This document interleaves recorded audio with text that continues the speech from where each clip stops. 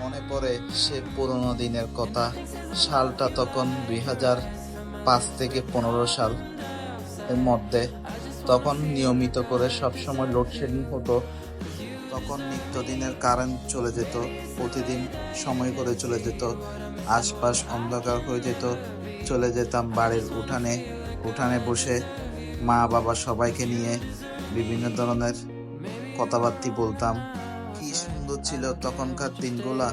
তখন ছিল না কোনো স্মার্টফোন, ছিল না কোনো ব্যস্ততার উপকরণ। তখন সবাই মিলে একসাথে কথাবার্তা বলতাম, কোনো হিংসা বিদ্বেষ ছিল না। তখন একসাথে বসতাম, একসাথে কথাবার্তা বলতাম, একসাথে আড্ডা দিতাম। এগুলাতে ছিল আমাদের জীবনের আসল স্বাদ। কিন্তু এই যান্ত্রিকময় জীবনে সবকিছু হারিয়ে গেছে। মিস করি সেই সব দিনগুলা, যেগুলা ফেলে আসছি। এখন আফসোস হয়।